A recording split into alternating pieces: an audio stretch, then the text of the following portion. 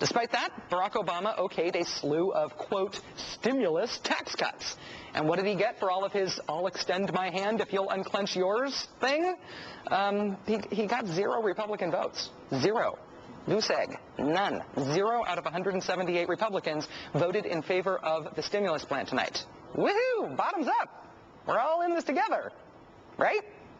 Joining us now is Republican Congressman Don Manzullo from Illinois. He voted no on the stimulus bill tonight. Congressman Manzullo, thank you so much for coming on the show. Hi, Rachel. How are you this evening? I'm great, and I'm very happy that you are here. I cannot tell you the number of times Republican members of Congress say no over the course of a typical day while we're trying to book people, and I'm so grateful that you said yes. Thank you. Well, I'm here because you've got a great reputation, and a lot of people watch your show. Well, thank you. Let's talk stimulus. Yes. Do you agree with me about what I just said about what constitutes an effective stimulus bill, what a stimulus bill is for? I agree with Congressman DeFazio. He said only 10% of this bill dealt with infrastructure, and you could tell how extraordinarily frustrating he was with this bill. In fact, the big problem is defining what measures are necessary to stimulate the economy and what measures are long-term. There was an extraordinary quote in today's Washington Post by Alice Rivlin, who said that we have to divide the two. She said you have the stimulus bills that stimulate the economy immediately, and then she said then you have long-term investment programs which should not be put together hastily and lumped in with an anti-recession package. That's the whole problem. We had an $825 billion bill, about $90 billion was for infrastructure, $50 million for National Endowment for the Arts, $1 billion for post-2010 census examination. You can go on and on and on and on. This was not a stimulus bill, just a tiny portion of it was. Are you saying, though, that you would have voted for this had there been more infrastructure funding in it? That's not what your conference was arguing. If it had been a true stimulus bill, I would have voted along with the rest of the Republicans. Why did the Republicans insist then on it being a big and getting more tax cuts, and saying that the Republican leadership said the reason they didn't want to support it is that it didn't have enough tax cuts in it? Well, there was too much overall spending. Well, isn't spending the point of stimulus, though? As far as I'm concerned, the purpose of stimulus is to prime the pump. What measures do we take to prime the pump? And you have to separate that from, you know, the family planning money, the $400 million there, and the money to reseed the lawn.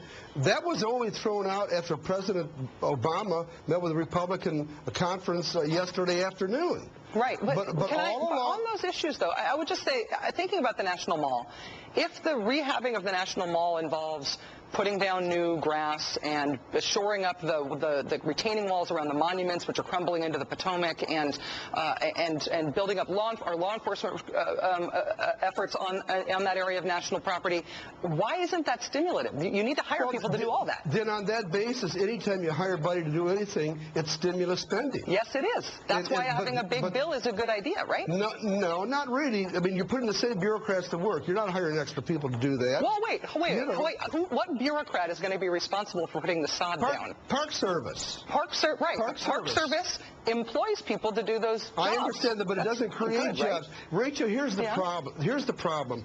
How do you prime the pump to restart, for example, manufacturing? I've got a Chrysler facility in my district. The big problem is lack of orders. So here's what you do, something very, very simple. You take a $5,000 voucher, you go to your Chrysler dealer or dealer of your choice, you buy the car, you knock 25% off that car, and you could buy a nice Jeep Patriot for less than $300 a month. We have to restart the channels of the supply line in manufacturing. Well, honestly, just to be economically cogent here, though, one of the ways that you sell more Chryslers from that plant in your district is that you get people jobs doing stuff like shoring up the retaining walls around the monuments in the National Mall. Then people you give contracts to do that, or you hire people directly. Either way, you spend money to do that. Those people get jobs. They then have paychecks they didn't have before, and they can spend them to buy a beautiful Chrysler. You don't make jobs jobs when jobs already exist, save for the lack of orders. There are enough people working in this country today that would like to buy new cars. We went from 17 million new cars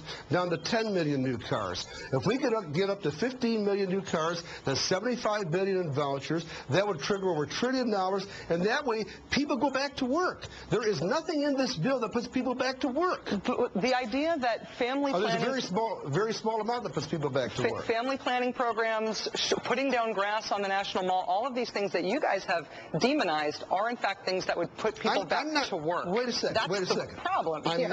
I am not demonizing putting grass back to work. The issue is items should be budgeted, and then you should have items that are stimulus that go, and the spending for stimulus is off budget. It goes directly to the deficit. Based upon your definition, I don't mean to argue with you, but I'm having fun with you. Every item of spending could be stimulus. That means you don't worry about paying for it. That means you don't worry about budget. That means we have about $11 trillion in debt. This stimulus package will add $365 billion in interest over the next 10 years, bringing it up to $1.16 trillion. Congressman, we do agree, though, that the idea is that the government should spend money to stimulate demand. We agree there? Yes? Yes. Yes. Okay. I think that's the last thing on which we agree. That's right. One last question. We are totally out of time, and I'm in trouble. But would you ever vote for a stimulus bill, or do you hate the whole idea? You bet. You better vote for a stimulus package. All right. If it was modest. If it was targeted, that's right. We don't have a modest problem, sir. Well, but you could have a series of stimulus. Okay. Manzullo is a member of the House Financial Services Committee, and I can't tell you how many times a day Republicans say no to invitations to be on this show. So we're very grateful to him for saying yes tonight. Coming up, Barack Obama's big tent post-partisanship and inclusive worldview have given him about an 80% approval rating, which is great for him, right? But has it ended up being good?